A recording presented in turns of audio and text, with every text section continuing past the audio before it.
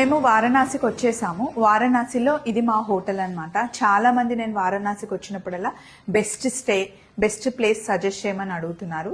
ఇది మన తెలుగు వాళ్ళ హోటలే అండి. నాతో ఉంది చందు గారు. హోటల్ రాజాన్స్ అన్నమాట. మీకు తెలుగు ఫుడ్ కావాలి అన్నా, దర్శనాలు కావాలన్నా ఎవ్రీథింగ్ చందు గారు చూసుకుంటారు.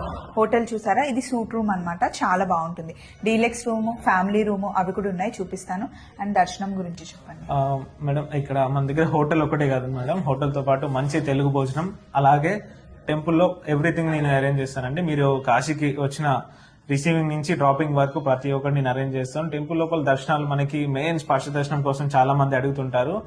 మనకి టెంపుల్ లోపల చాలా కాంటాక్ట్స్ ఉన్నాయి. మనకి అదే లోపల అయ్యగారు అందరూ మనకు తెలుసు. వాళ్ళ త్రూ మీకు స్పర్శ దర్శనం కానీ, రుద్రాభిషేకం కానీ, సప్తఋషి హారతి కానీ, భోగ హారతి కానీ, మంగళ హారతి కానీ ఎవ్రీథింగ్ నేను అరేంజ్ చేస్తానండి. అలాగే టెంపుల్ ఒకటే కాకుండా లోకల్లో ఉన్న టెంపుల్స్ అన్నిటికీ, local temples plus 84 ghats, boat ride, మీకు ఎలాంటి పూజా కార్యక్రమం ఉన్నా అన్నిటికీ నేను అయ్యగారిని కూడా అరేంజ్ చేస్తానండి. ఎవ్రీథింగ్ మీకు కాశీలో వస్తే ఎవ్రీథింగ్ నేను చూసుకుంటాను. లోకల్ ట్రాన్స్పోర్ట్ ఏ వెహికల్ కావాలన్నా నేను అరేంజ్ చేస్తాను. ఇక్కడ నుంచి ప్రయాగ్రాజ్, అయోధ్య, గయా ఎక్కడికి వెళ్ళాలన్నా ఎవ్రీథింగ్ నేను చూసుకుంటానండి. హోటల్ నేను మీకు సజెస్ట్ చేస్తున్నాను. నేను రండి, ఫ్యామిలీతో వస్తే.